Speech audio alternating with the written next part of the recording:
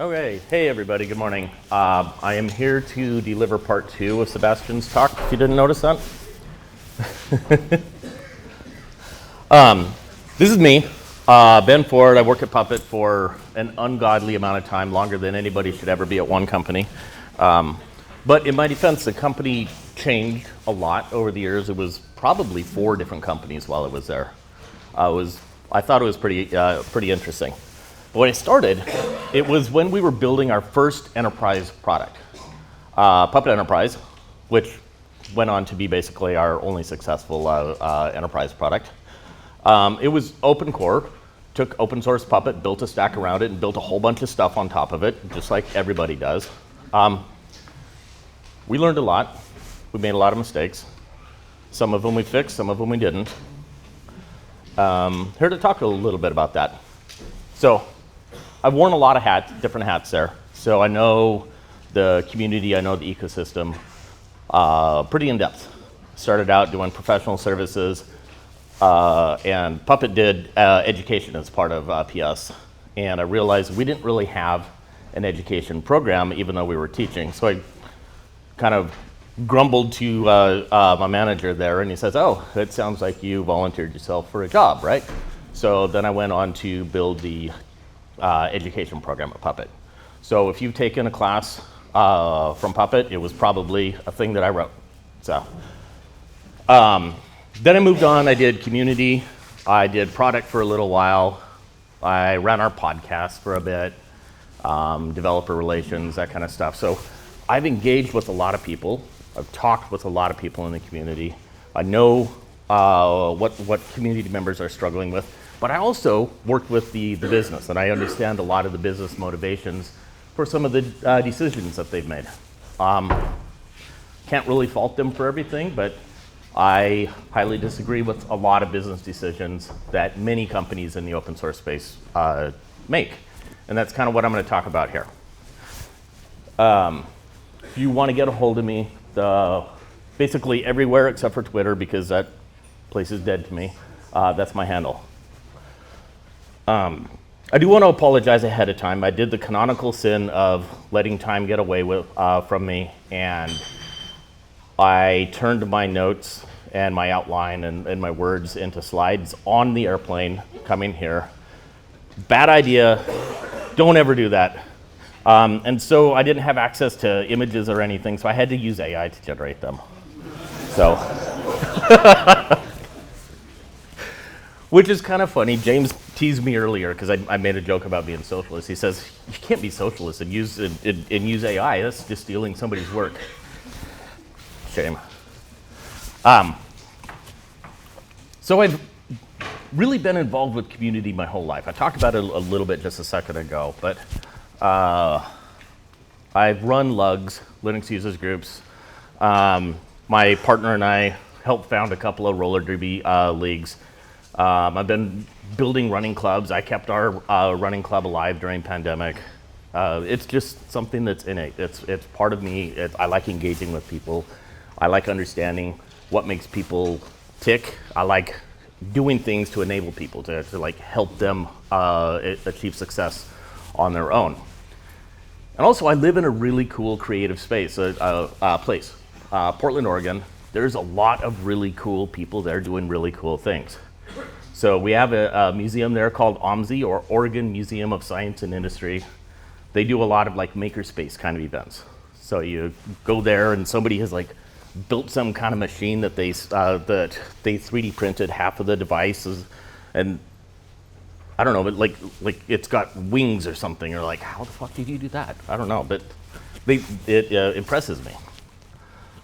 There's a soapbox derby. That's if I wasn't on the airplane and I actually had, that's probably the picture I would have put up here, because there's some really amazing pictures of people that have built some really, really cool stuff, and they're racing each other down this little mountain. It's a lot of fun. But a lot of it, and I'm going to come back to this whole thing, it's like the maker space. That's kind of like, that's what I believe drives people, is being in a space where they get to make something and be excited about it. So, and that's really, I think that's what drives a lot of content ecosystems, And companies forget about that. So a lot of things you do buy for what they give you. You buy a bike because you can ride it around, right?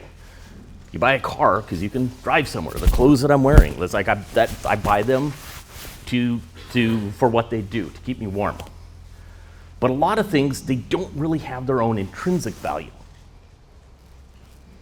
Like you buy a toolbox, like you're not gonna like put a hammer up on the wall and say, hey, look at my beautiful hammer. It's because you can build something with it. Or if you get something from IKEA, you can take a kit of something that somebody else built, but you can make something, right? And the value of ecosystems, it comes from content. And honestly, like I've said this to the product team at Puppet many times. If Puppet was the only thing that you got when you bought Puppet, nobody would buy it. Like, what's the point? What can you do with Puppet Enterprise once you install it? I think you can, reboot a few nodes or something like that? That's like, there's no purpose. It's all about the content that you get from the Forge. It's all about the ability to write code that lets you do something, and that's what's valuable.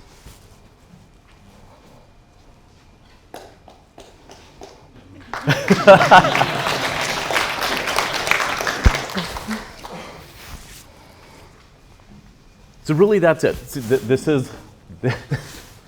This is my AI image of tech bro at a conference, by the way.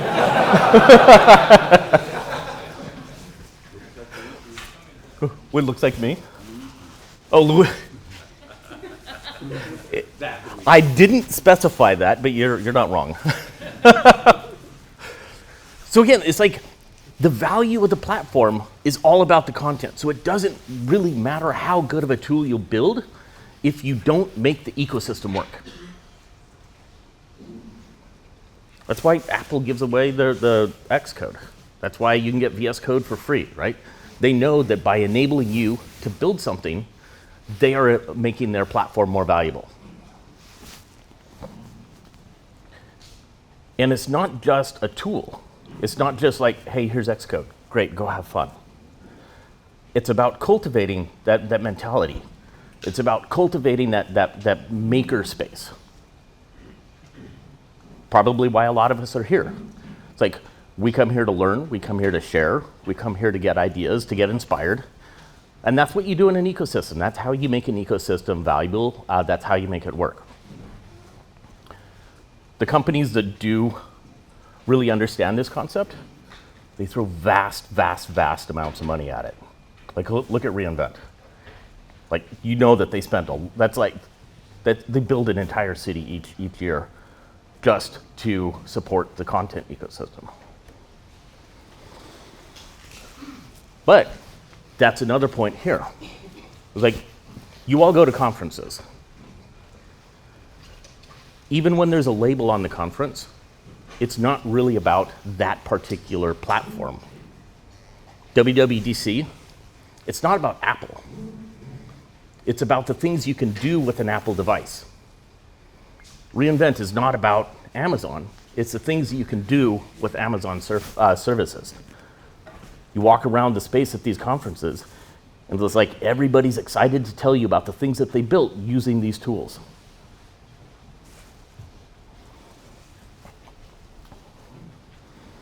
And again, these platforms are not viable if they don't have that. So then,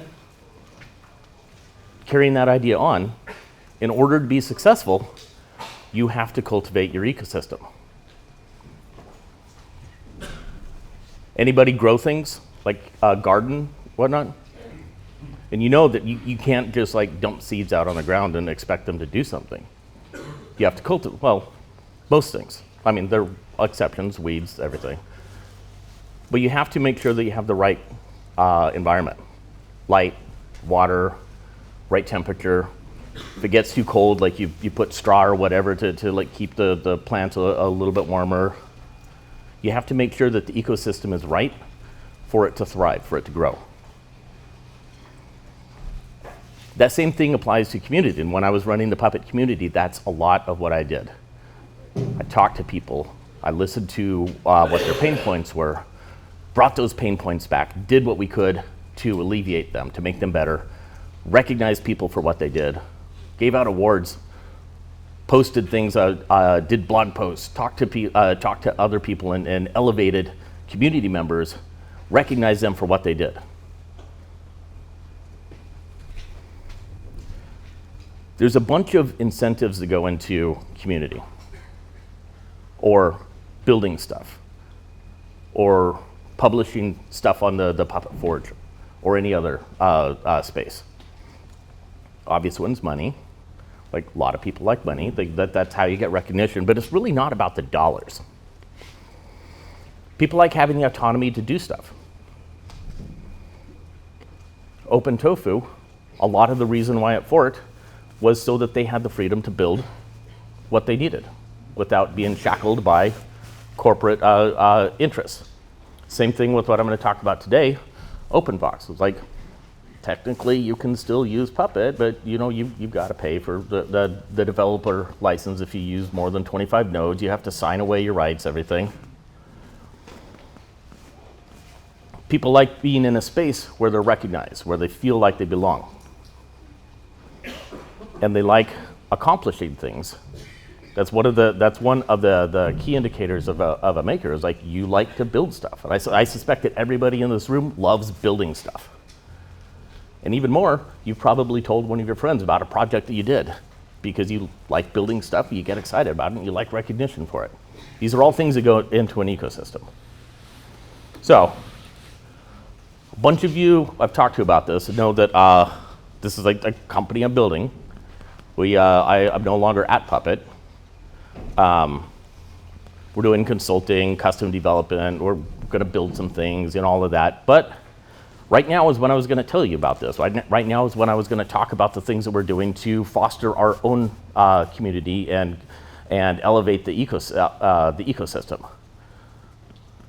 But things rarely go the way that you plan, and things changed, and Puppet basically closed their development.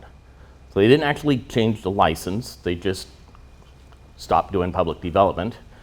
And without access to the tool, without being able to use the tool freely, without having the autonomy to use the tool, there was a really big risk that the ecosystem, that the community was going to just kind of fade away.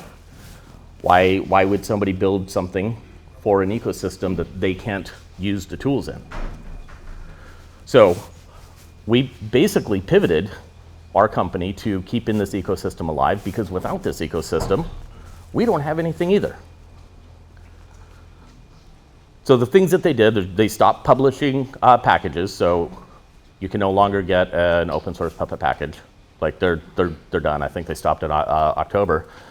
And in order to use Puppet, you have to sign a EULA, and you can only use it on up to 25 nodes.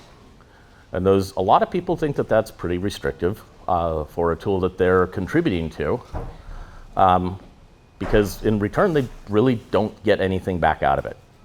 That takes away the autonomy and the appreciation, everything, all the things that keep that community awake and alive. So, going back to the incentives a little bit, the first one is obvious, a very beautiful stack of money that I don't even know what denomination that is. Money, people like money. This pivot didn't really change what we were doing on the outside a whole lot. We're still working on building community, but instead of like building our space, our place in the Puppet community, we're making that the open source Puppet community, or OpenVox. That's the name of the tool that we forked off from Puppet. So right now, we're kind of scraping by. We're self-funded, and it's there's not a lot of money there. So we're starting out by seeking grants and various things. If you have a line on a grant, talk to me later. I'd love to hear about it. But we'll get there. But some of the things that we have on our roadmap to do with this grant money that is coming in is to sponsor maintainers. Like, get them recognition, like get them dollars for the things that they're contributing. We've already started some of that. Vox Populi has a pretty solid sponsorship page, and we sponsored a couple of people to come to this conference here today. But again, like I showed you that list, money really isn't the big driver for most people. It's kind of an enabler. It gives you time to do some of these things that you get excited about.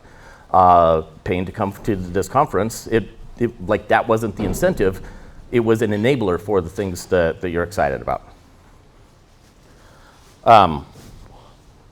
So back to the fork. Puppet, the Apache 2 license, for all the things that it's good at, it actually doesn't really protect the community's rights a lot. One of the things that you can do with an Apache licensed project is basically pull it back behind the curtain and not release it as open source. So all the Apache license really requires you to do is tell people what you did. Basically a changelog. A changelog is more or less enough to be compliant with Apache 2. And so that's what they did. Within a week, Nick over here had built and released packages. So now you can still get open source packages, but they're just not from Puppet, they're from us. And then very quickly, we had a lot of conversations that you may have heard about with Vox Populi about what we were going to do about this, and ultimately decided that a fork was required. And we got the fork built. We made the space for it, pulled it into the Vox Populi namespace, and no surprise, people swarmed to help. The demand was there all along. They're just the community had been allowed to fester enough that they just weren't like active at it. But once we gave them a space where their contributions mattered, where they could get involved with a project where something mattered, and they could get recognized for the parts that they played in that, people are just like left and right coming to us, trying to get involved, trying to help. It's actually, funny thing is it's actually harder to manage all the people right now than it is to manage the technical parts of the fork. But we'll get there. But it's really, really good to see that people are excited about this, excited about getting involved again. And what that does is it means that we're kind of going back to the roots of this project. People are solving problems that matter to them. They're not stuck behind corporate interests. They're not gated by having to convince a company that the thing that they need is actually useful for paying customers with big wallets. You can just build it. You can just get involved and contribute it. The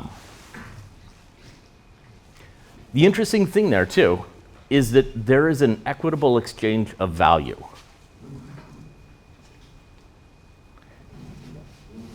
Contributing to an ecosystem, people do it for fun, but that only goes so far.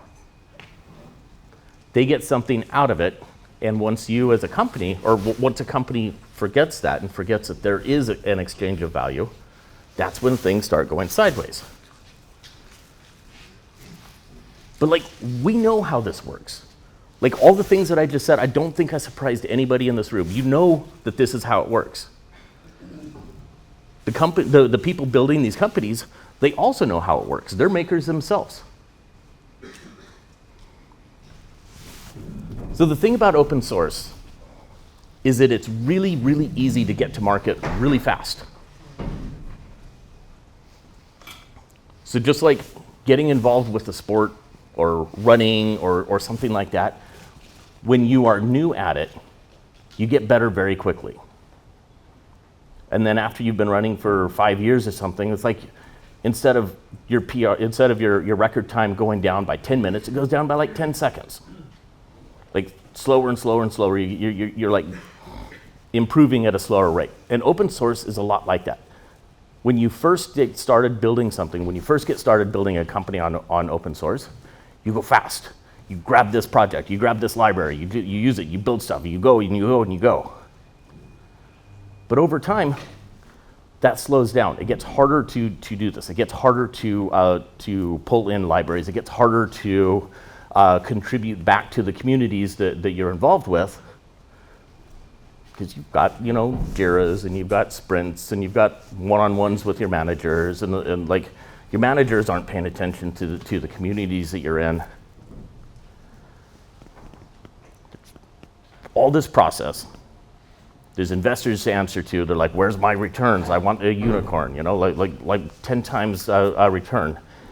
And because we as makers, because we as community members, as contributors, this is so obvious to us, we never actually thought to explain to our managers at the beginning so that they could keep track of this, build it into the development workflow or whatnot.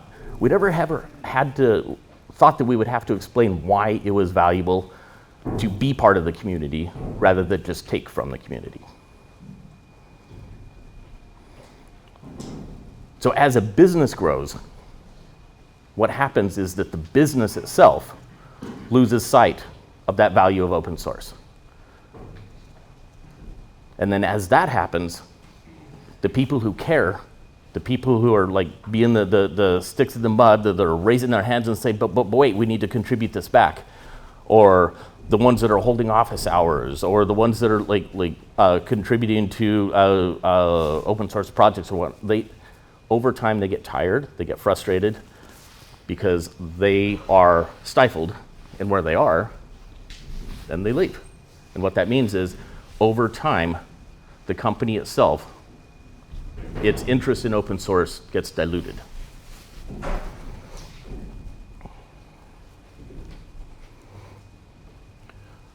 So with this crumbling foundation,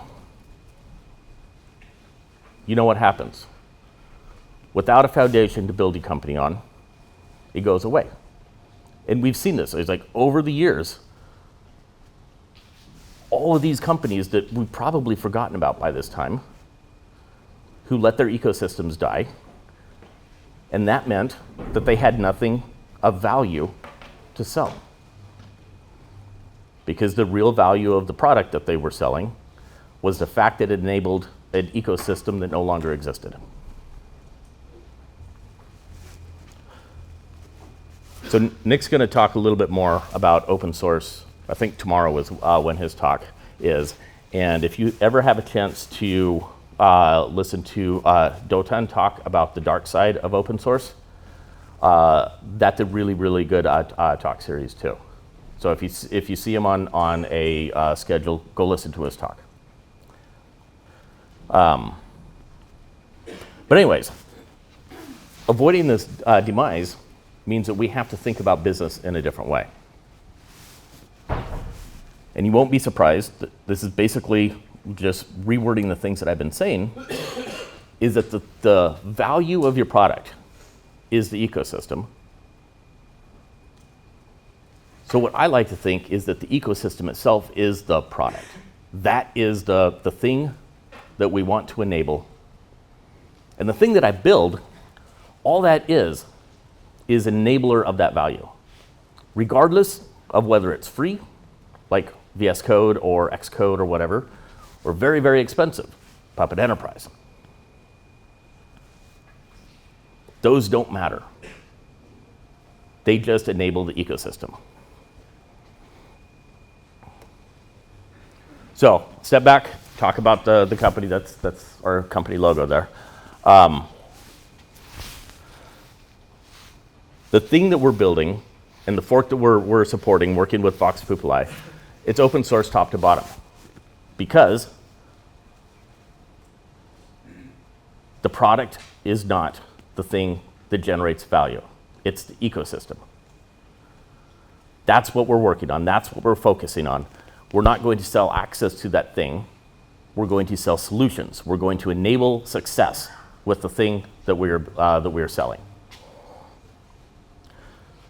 And somebody earlier asked the Open Tofu guy, how do we know that how do we know that this isn't just going to happen again? And so what we're doing with this company is that we're building it directly into our structure. And obviously, you can change how a company works, so this isn't foolproof. This isn't, I'm not gonna do the thing that, what's her name, the Blue Sky CEO, and say that it's billionaire proof. It's not, but it's a barrier. And that's what we're doing. We're building into our company these values. And by being a public benefit company, it means that we get to encode that value directly into our business structure and our bylaws. Fiduciary duty is something that basically all corporations have to pay attention to, and that is, if you have shareholders, you are beholden to do the thing that is most valuable to your shareholders.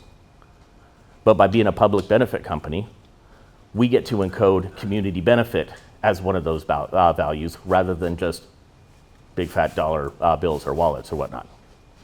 So our fiduciary duty includes the community benefit of building a strong ecosystem. It just also so happens that that strong ecosystem supports real dollars behind the company. So that means that we're not incentivized to just build things. We're not incentivized to just like create something that we can gate access to and then sell. We're incentivized to make our customers successful. And so sometimes that means that we partner with another company. Sometimes that means that instead of building our own front end, we'll use Foreman. Like, we have no real reason to build something that we can gate access to. And that allows us, one, to move faster, to be lighter weight, but it also means that we can stay open and we can stay fostering this community, fostering this ecosystem. So if we need to, we'll build it, but we'll look for a solution first. And if we do have to build it, we will contribute it to the community. It's just how we work. And I fully admit that this is not the path to the next big tech unicorn, but it is the path to something that is long-term sustainable and to community benefit. So that does sound like, yes, indeed, I am a dirty hippie. I don't really believe in the US style of capitalism. I don't think that it is long-term sustainable. It depends on these three things here. Artificial scarcity, making artificial scarcity so that I can sell you access to something that you should have, like Nestle selling bottled water, things like that. You get water, if water falls out of the sky, why do we pay for it? Because Nestle makes it artificially scarce. It depends on perpetual expansion. In the human body, that's known as cancer.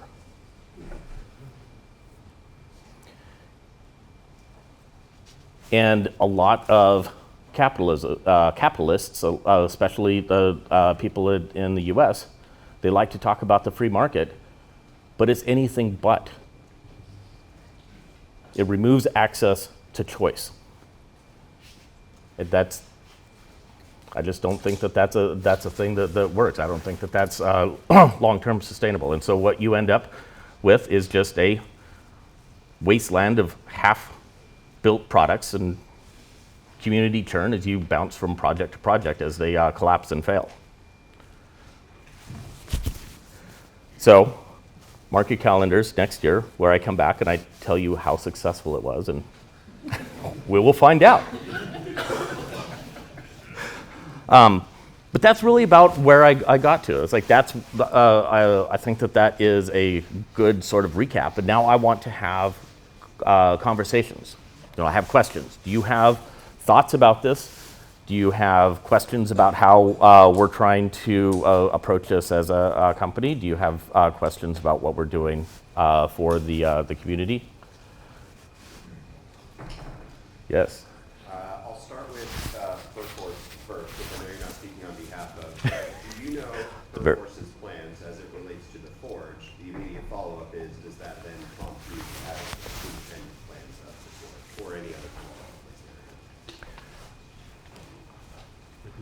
So the question was basically what is going to happen to the forge, and if we have plans to do something about that.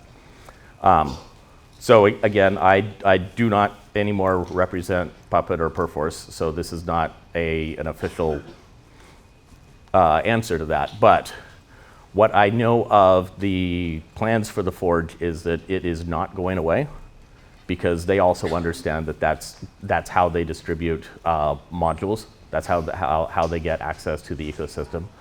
But I do know that they were working on building kind of a marketplace tier so that they can sell content on the forge. I know you're not surprised by that. And I believe that last year at this conference, I talked just a little bit about the idea of selling content on the forge. So I don't know long-term whether the forge is going to remain free, but I don't have any reason to believe that it is not, at least for the majority of content. Like the content that you put up, the content that Vox puts up. The content that Perforce puts up, who knows?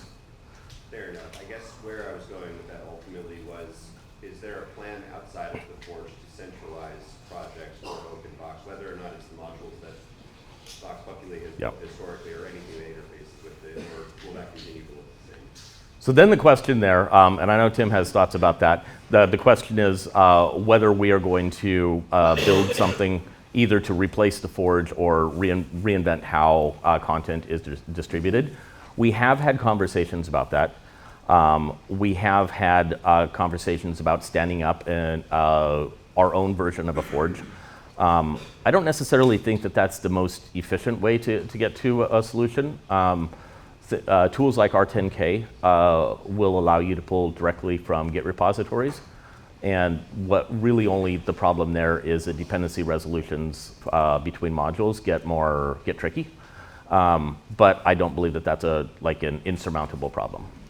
So shorthand is, we'll probably have conversations about that and build contingency plans so that if the forge does somehow end up being closed away, we have a roadmap to get something like that back. So, Tim, was that a question, or did you want to add on to what he was saying? Watch my Ignite about the force changes. Okay. Tim says that he's going to talk about that during his Ignite, which is going to be great anyways. Yes? So far, 2/3 of the talks at this event have been about projects that have changed their licenses to be more restrictive and thus caused a fork or something else. How many other more of the projects that we are fundamentally reliant on do you think we can expect this to happen for? And are there things that the projects can do now, before that happens, defensively, so that they don't become the next Terraform, etc.? You heard, so the question was, we are seeing more and more projects being relicensed or closed in one form or another. You will notice that, actually I think it was all three of the talks this morning, because I think that Hazel referenced it as well, have talked about projects being closed or relicensed or something. And what can we as projects do to head that off before it happens?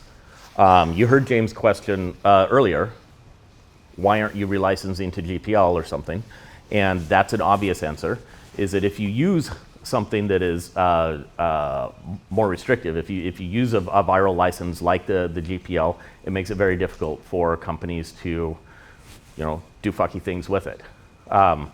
The problem with that, of course, is that a lot of companies will then not give you the time of day. So your mileage may vary. I'll go back to the early days of Puppet. People who used Puppet ages and ages ago might remember this, but it started out as GPL. It was about 14 years ago, I think, that we relicensed to Apache. And the driver of that was that we had customers, we had clients who refused to use Puppet because it was GPL. And legally, logically, that makes no sense, but that's the companies have policies that make no sense. I would love to have that conversation. I would love to talk more about things that we could do to protect ourselves. One person that you should pay attention to is Dawn Foster. She talked at FOSDEM specifically about this problem and things that you could do to protect yourself against that. But shorthand, I think that the only thing that you can do as a project is to figure out ways to kind of like, what's the phrase? Lawyers talk about limiting liability. You have to flip that around, and you have to maximize liability in a sense. You have to make it hard for companies to do terrible things with your code. And you have to make it hard for them to undo the protections that you have set into place. Yes? I feel like I was a warm-up to your talk, so thanks. The way I kind of see it is, like all these, the way I see it play out usually for all these like open core companies is like step one, you make a very successful open source project. Yes. Right, like Terraform, whatnot. Step two, you make a medium successful commercial project on top of that, and then your investor is not really happy that it's a medium successful. So step three, you start fucking around with a very successful open source project until you kind of mess that whole thing up. And step four, like, you get all by again or something. So you've been sitting in on some of Puppet's internal product discussions, right? Do you see it a little bit differently? Like, how do you see escaping from that pattern? One thing that maybe was a little bit, I don't know the Tofu community as well as I do the Puppet community, obviously, but one thing that we have in our advantage here is that we have a community group, Vox Populi, that is incredibly successful. They make better tools, better products than Puppet did itself. Because that is exactly what happened. Puppet was amazingly successful. Everybody was excited, everybody was using it, and then they built a tool on top of it that never did quite catch up to where Puppet was. So they started working on ways that they could like silently, like in hidden ways, sort of kneecap it. So they never made an installer for it, for example. They made it hard for people to use it. They refused to do education. Like I tried when I was in the education team to build content for open source Puppet, and I was never allowed to do that for exactly that reason. But Vox is very, very successful. And Vox, actually the content that Vox writes is used by 96% of Puppet's paying customers. And the remaining ones, the only reason that they're not using it is that they require basically a vendor to point fingers at if something goes wrong. And I hope that we change that because my company is going to be supporting Vox content. So maybe we'll have 100% of Puppet's customers. But Vox was very, very successful at what they did. And so when Puppet closed off development, Vox just kind of stepped into the gap. And now people are coming to Vox to get those same questions answered. So I think that if you build a strong community, if you build a community that people trust and rely on, and then the vendor does terrible things, people just refocus on the community.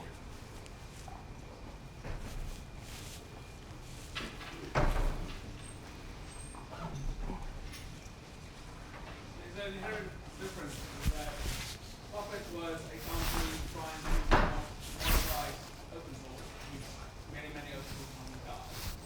Box is not trying to monetize Puppet. And so as we make choices on the software we use, we make a we only actually heavily contributed to the success of Puppet. It was never ours. It was never the community because it was always business was making money. And so in refocusing the future of Puppet, what the community and what the project can do is make sure that there is none that inherent conflicting relationship. And Vox has been very successful in doing that up until now. And users need to make a choice. You need to look at who they're supporting and who's supporting. And as an entire open industry, we massively moved away from an open ecosystem to an owned ecosystem that's owned by other people. And most of the stack we use is that. And we've made our way. I think that's a really, really good point. And I'm a little bit embarrassed that I didn't include that in my slides already.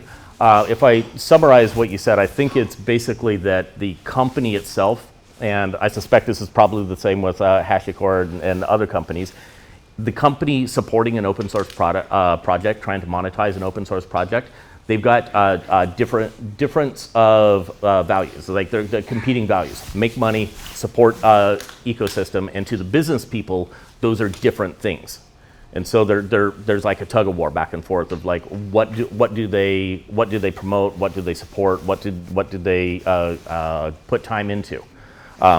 We know that it's not a conflict, but the business people don't understand that.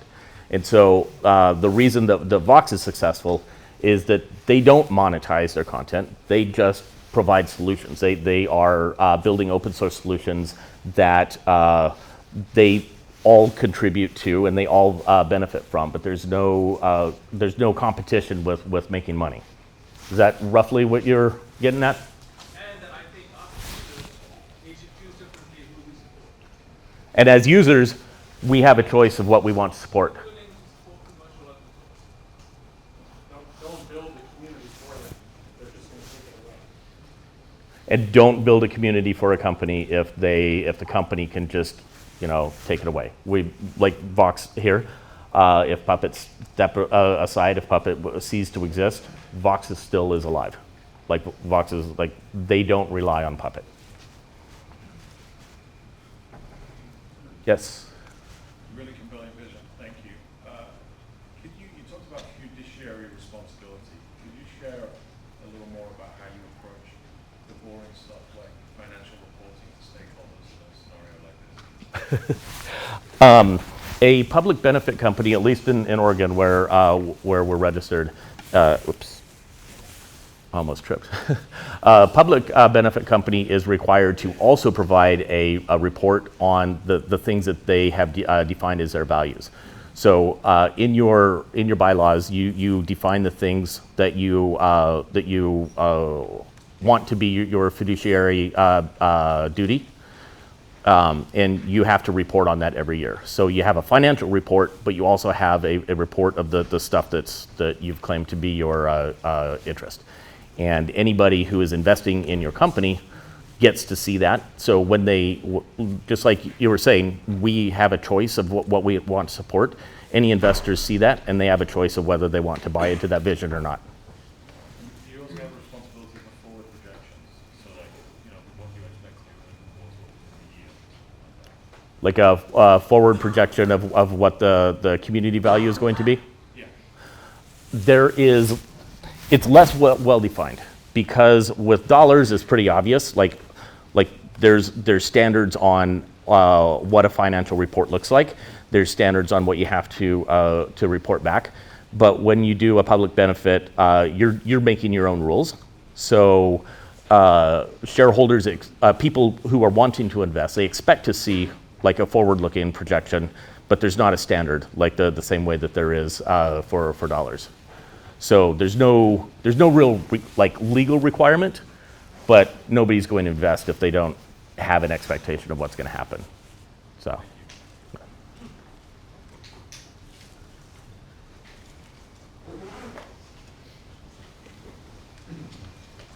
What's up, June? I think one thing that helps Vox Populi be successful where maybe some others haven't, other projects benefit from, is making sure the community organization is governed by the community. Yes. It is not governed by the financial backer. Yes. That's the key difference. If the company does dumb things, but the community's not governed by the company. The community can choose to go elsewhere.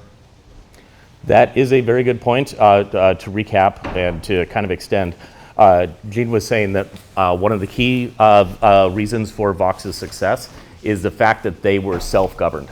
So Vox has always been self-governed. Puppet has been invited to participate as a community member, but not as like no veto power or anything. To the point that anybody who had any kind of decision-making ability at Puppet, like such as myself, we weren't allowed on the PMC. So if you've noticed, I've never been on Puppet's on Vox's leadership committee, because that would have been a conflict of interest. And that is exactly why Vox is successful, is that they have their own independence. They get to decide what they want to do. And if Puppet like turns the thumb screws, Vox doesn't have to put up with it.